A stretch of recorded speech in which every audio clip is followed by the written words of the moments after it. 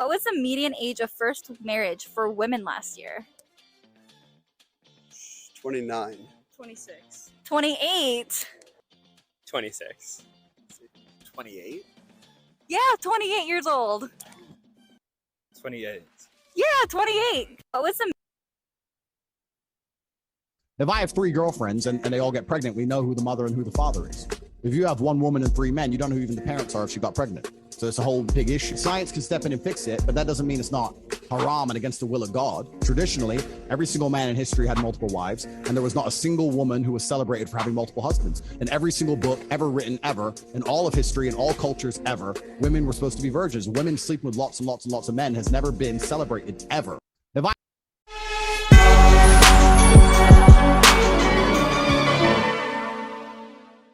Ladies and gentlemen, welcome to the Sheepkey Sheared podcast. We're here, we talk about people, politics, and popular culture. I'm your host, the one and only Austin Creed.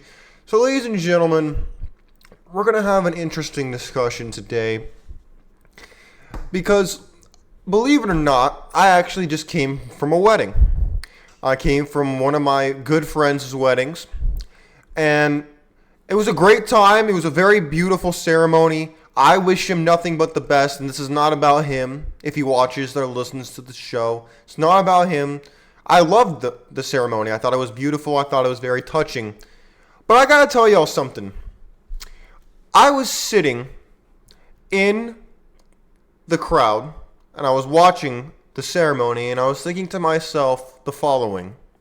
I said, love in marriage, right? Love in marriage is a song. It's something that people naturally coincide. You know, oh, you love someone, you get married, right? Makes sense. But here's what makes no sense to me. Marriage is a government contract. Love is a chemical reaction. And so when you strip everything away, all the romantics, all the poetry, all the books, all the feelings, everything, you throw it all away, you get what I just described. Love and marriage is a government contract with the state, and love is just a chemical imbalance or a hormonal imbalance or a chemical reaction, whatever you want to call it. Now, I know that sounds very bitter, hurt, no good, very cynical. I understand all that. And I'm not trying to tell you that if you are married, you're not in love.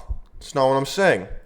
What I am telling you is this. Marriage is not what people think it is. Because when people think of marriage, they think of the socio-economical, with a splash of spirituality, definition we've been fed our entire lives. We think that, oh, you find someone, kind of what the song says, first comes love, then comes marriage, then comes a baby in a baby carriage, right? We have this idea of, well, if you love someone, you marry them, and when you marry them, you live together, and you build this beautiful life together, right? Everybody thinks that. But then it dawned on me, my friends, because, look, I get it. If you've never listened to the show or watched the show before, you probably don't know this, but I'm a very cynical, very realistic guy. And so when I look at this and I say to myself, wait a minute, if marriage is a government contract and love is a chemical reaction, yet you look at the poets, you look at the authors, you look at the philosophers, you look at the musicians, they all talk about this love, this unbreakable love like nothing anyone's ever seen, and it's the best that no one's ever had, and it's going to last forever, and it's always going to be amazing, and this, that, and the other thing. You read these stories, you listen to these music performed by these performers, and you think that love is so, like, it conquers everything. It slays the dragons in my life. It conquers all the evil foes I may face. And it brings together two beautiful people together. And it makes it just something that cannot be expressed properly with words. Now, I'm not here to tell you about your relationship. That's your business. But what I will tell you is this. My friends, There is no God in marriage. Now, I'm not the first person to explore this concept. At least I don't think so. But my friends, when I say that, people are immediately going to say that I can't be a Christian, that I can't be a Jew, that I can't be a religious person and make such a statement. But that's where you're wrong. Because when you look at what I described earlier, I said that marriage is a government contract. God, you don't go to God to get a divorce. You don't go to God for child support. You don't go to God when you have marital issues. You can do those things, but it's a piece of paper. A marriage license is something you sign for the state. Where is God in divorce court? Where is God when child support stuff happens? Where is God in co-parenting? Where is God in all these places? I'm not saying that God doesn't exist. I'm not saying that God is not to be feared or respected. What I'm saying is, in American marriage today, God does not hold weight in marriage unless the people put him there. That's what I am saying. You can't get served divorce papers and say, oh, well, God didn't sign here, so you don't get no divorce. No. This isn't 15th century England, and you're not Henry VIII asking the Pope for a divorce. No, my friends, those days are long over. Love and marriage are two things that do not need to coincide. In my opinion, marriage is a horrible idea if you live in America especially, or in any Western country, because marriage makes you a indentured servant if you are a man, because you are basically a hostage. Now, I get it. You don't like to hear that. You think it sounds bad. You think it sounds horrible. You're like, Austin, this is despicable. I know that my wife is special and our love is like no other love, and you're just bitter and hurt. You're not married. You don't get it. You're making up every excuse you can possibly come up with on why I'm wrong instead of actually listening to what I'm saying. Men, our power is in commitment. We give our commitment to women. That's why they value it. Men value sex because we can't get it without the woman giving it to us. And women don't value sex because they can get it whenever they want. But they value commitment because it has to be given to them. They can't give it to themselves, contrary to what the feminists have told them. But you see, that's how the world works. You'll meet women who have never had a boyfriend, and you'll meet men who would be more than happy to give their commitment away, but they never met a woman who's willing to give them intimacy. My friends, I wish I could tell you that marriage is great, marriage is wonderful, you should want to get married, you should want to do all these things, but it's just a government law. Look, should I even say this? Should I even say this? The government wants you to get married because then, look, okay, I'm about to say something. I didn't plan to say this, but I'm gonna say it. I might delete it later, but I'm gonna say it. My friends, women are an asset to the government. That is why when the government controls the women.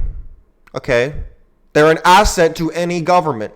So, when you marry a woman, you have to get a license from the state to marry her. Why do you think that is? Why? Because then the state is entrusting the woman in your care.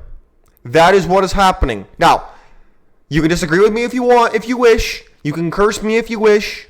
You can call me any name that you wish. But bring proof if you say that I'm wrong. You see the father walk the woman down the aisle, but it should be Uncle Sam who's doing it, because that's what the marriage license is. That's how that works. And that's why when you get a divorce, you're still on the hook, because you made a commitment and you must have not lived up to your expectations, and you're not off the hook. Same thing with parentage. Rentage. Yeah, that's because the state is giving you the right to rent those kids. Try not sending your kid to school. Try not taking care of your kid. Try not doing any of these things, and the state immediately gets involved. Why is that? Because they both belong to the state, not you. That's why love and marriage do not naturally coincide. Love is a choice. Marriage is a contract. And at any point, when it doesn't work out, the marriage becomes a matter of state interest. And so does your parentage. It becomes a matter of state, not a matter of church. This is why the church doesn't have the power they once had, because they don't hold influence. It's only optional. The state's not optional. Try to tell the state they're optional, you'll end up in jail. Tell the church you're optional, and what are they going to do? Nothing. Marriage can be and should be a beautiful thing, but because it's been so hijacked by the government, it's no longer an institution that should be trusted. In fact, it's a trap. Because the state has more to gain from the woman than they do from you. Because the woman can give them children that can then populate their factories, populate their schools, populate their military. You, as a man, you're replaceable. Almost all of us could take a dirt nap tomorrow and we're replaceable. The women are not. That is why the women have more value than men in most societies and to most governments. That's why men aren't really seen to have much value. That's why women are born with value. Men have to build their value. That's why it works that way. I get it though. This is too much. I'm laying too much on. What is it? We're 12 minutes in, and I've probably given you more in the last 12 minutes than you've heard in the last 12 months around on this topic. You probably never heard some of this before. You probably have, according to research that I've read, people only retain about 10% of what they hear, and I've given you way more than 10% of the truth today. I want you to be aware of what you are doing. Because if you're not aware of it, it will slap you across the face in a very painful way later. Nothing is free in life. If you think you're going to marry a woman and it's going to be cost effective, you're going to save money, you're going to build wealth and whatnot, it's possible. But it's not probable. And it takes a lot of sacrifices on both sides to even come close to that. I know a lot of married couples that after a couple years of marriage, there's not as much intimacy, number one, and they start hiring people to do the cleaning, sometimes the cooking, the landscaping, sometimes the nannying, all that kind of stuff that the woman is supposed to do. And so he's paying both for the woman to be there and for someone else to do her job. That's not cost effective. So if you think you're going to get labor on the cheap like that, you're mistaken. Women don't need men anymore. They've said so themselves. Marriage worked when the man needed the woman and the woman needed the man. But now the women have Uncle Sam. They don't need you anymore. They have the government man. They don't need you. If you're not serving their best interest, they stand more to divorce you and seek solace with the state. The man is no longer the protector. It's the government that's the protector now.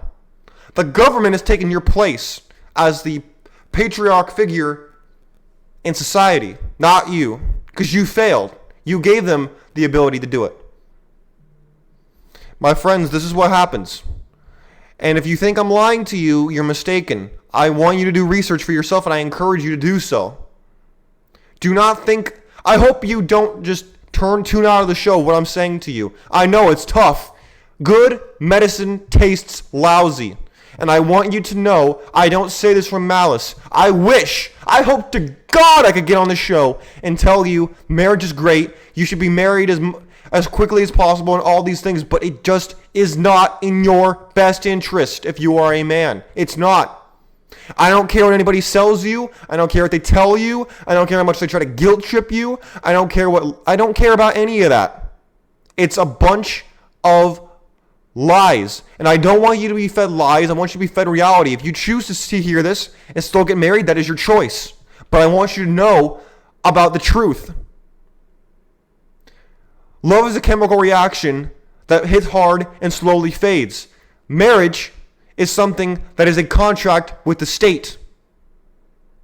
Where is the love when stuff gets tough? That's when it's tested. Not when stuff is good. Not when the good times are rolling. It's when the hard times happen. That's when your so-called love is tested. It's a choice. Love is a choice. Lust is a feeling. You can write that one down. Well, my friends, I think I made my point, and you've probably turned the show off already because you don't like my tone, or you don't like what I said, even though it rings true in the back of your brain. You know, if you're still listening, you know that what I'm telling you is true. You just don't like it, or you don't want it to be true. Trust me, I wish I was wrong too. But my friends, God bless you. God bless your family, and God bless America. I wish times were better, and I wish I could give you good news on this, but I can't. I couldn't in good conscience continue to add to the deception. All right, my friends, take care of yourselves. I'm out of here. Peace.